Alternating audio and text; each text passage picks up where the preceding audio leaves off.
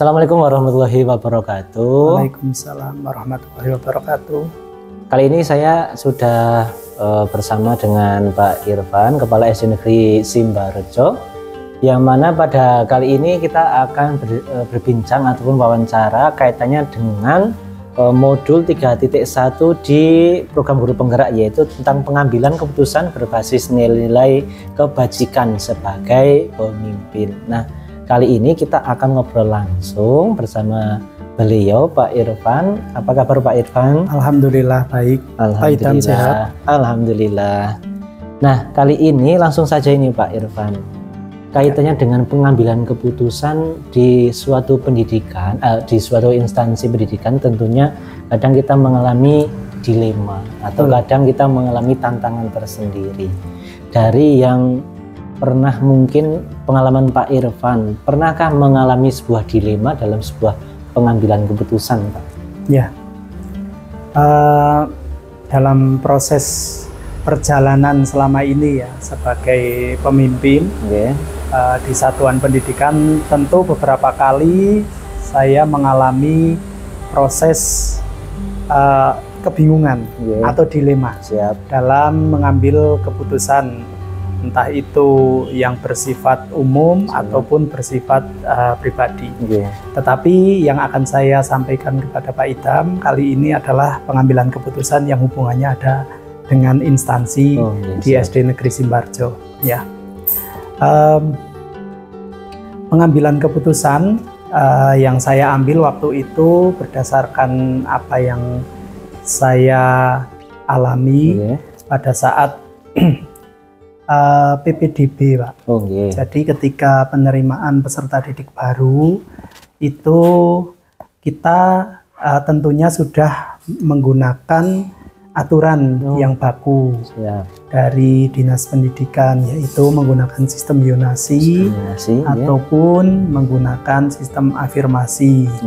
Nah, akan tetapi setelah kita menggunakan sistem seperti itu, beberapa anak sudah masuk, akan tetapi ada seorang anak yang sebenarnya secara aturan itu tidak diperkenankan untuk bersekolah di SD Negeri Simbarjo. Kenapa?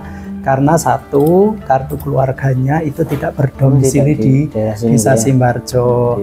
Kemudian sebenarnya alamat aslinya itu di desa lain, ya, yang cukup jauh dengan Simbarjo, bahkan berbeda kecamatan.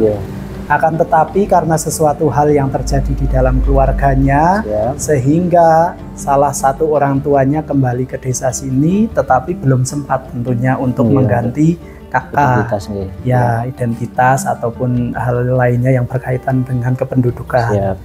Nah, anak tersebut itu tidak mungkin, ini tidak bisa saya sampaikan permasalahannya seperti apa karena ini permasalahan keluarga, tetapi tidak mungkin untuk bersekolah di tempat yang jauh, tempat yang sebelumnya, sehingga harus di sini. Nah, akan tetapi memang di sini itu sudah memenuhi. Nah, kelasnya itu kan maksimal kan 28. Nah, sebenarnya sudah memenuhi. Artinya kan sebenarnya kita tidak boleh lagi gitu. Nah, oleh karena itu kemudian secara administratif pendaftaran kita terima dulu. Nah, akan tetapi dalam pengambilan keputusannya saya harus bermusyawarah dengan pengurus atau panitia PPDB di SD Negeri Simbarjo.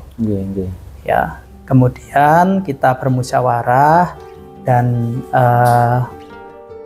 memberikan semacam input ataupun pendapat-pendapat dari panitia-panitia dan dewan guru. Nah, diambil keputusannya diterima. Dengan alasan satu, kita mementingkan masa depan anak tersebut untuk jangka panjang. Karena kalau tidak di sini akan sekolah di mana lagi. Sementara untuk sekolah di yang lain kemungkinan juga tidak bisa. Untuk di sekolah di swasta mungkin juga agak keberatan secara biaya, dan yang paling dekat sini kebetulan secara ekonomi juga tidak begitu kuat, apalagi di sini kan ikut ibunya gitu. Nah setelah itu kita juga memikirkan tentang kondisi psikologis anak. Karena setelah kita analisis ternyata anak tersebut sudah berada di sini itu sekitar 3-4 bulan. Berarti ya sudah cukup banyak mengenal anak-anak di sini. Sehingga secara psikologis anak tersebut tuh pengen sekolah di sini yang ada temannya. Nah itu yang menjadi dasar kami kemudian untuk menerima anak tersebut. Walaupun pasti nanti kita akan membuat laporan kepada dinas pendidikan karena ini merupakan kasus yang luar biasa dari kebiasaan gitu Pak.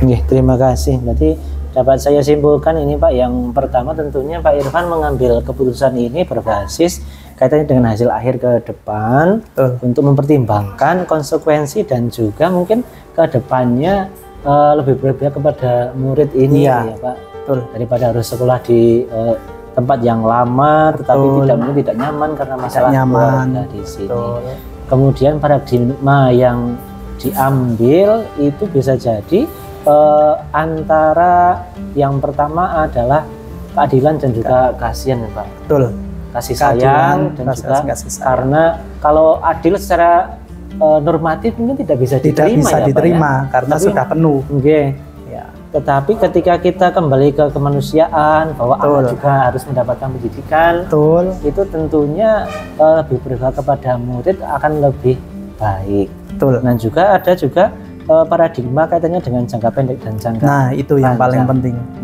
Menurut Pak Irfan sendiri bagaimana ini Pak? Jadi setelah kami melakukan wawancara dengan orang tua, jadi yang pada intinya anak tersebut tidak mau sekolah selain di sini.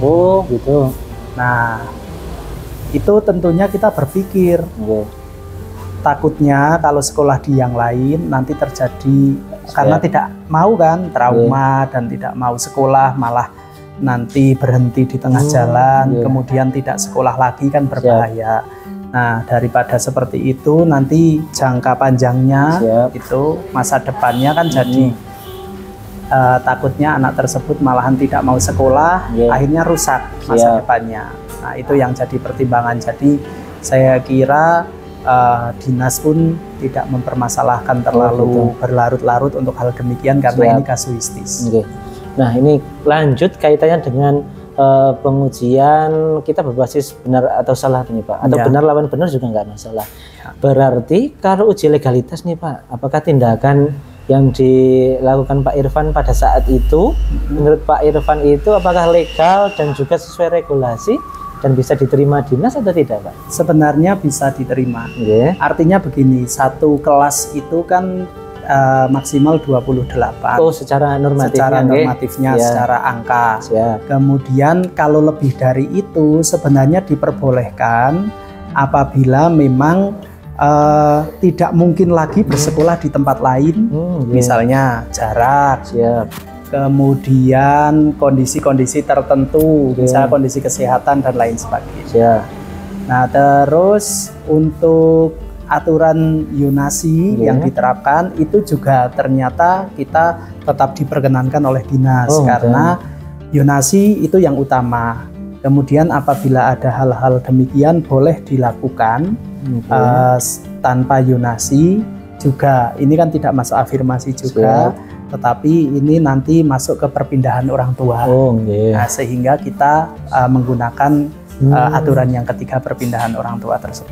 Kemudian hasil akhirnya untuk tanggapan dari Dinas Pendidikan bagaimana Pak? Hasil akhirnya Dinas Pendidikan menyetujui walaupun kita tidak dipecah jadi 2 kelas, tetap 1 kelas walaupun berisi 29. Menyetujui karena ini kasus yang tidak mungkin untuk dipecahkan atau ke sekolah lain itu tidak mungkin karena kondisi-kondisi tertentu. Ya, terima kasih Pak. Ini diskusi ataupun wawancara pada hari ini mudah-mudahan bisa mencerahkan saya ataupun menambah motivasi kepada saya dan juga pengalaman tentunya Bapak, karena nantinya dalam pengambilan keputusan saya sebagai pemimpin pembelajaran mungkin di kelas ataupun mungkin nanti kaitannya dengan lingkup sekolah bisa mengambil keputusan secara bijak dan juga bisa bermanfaat untuk warga sekolah pada umumnya. Terima kasih atas waktunya. Saya akhiri untuk wawancara kali ini. Assalamualaikum warahmatullahi wabarakatuh. Waalaikumsalam warahmatullahi wabarakatuh.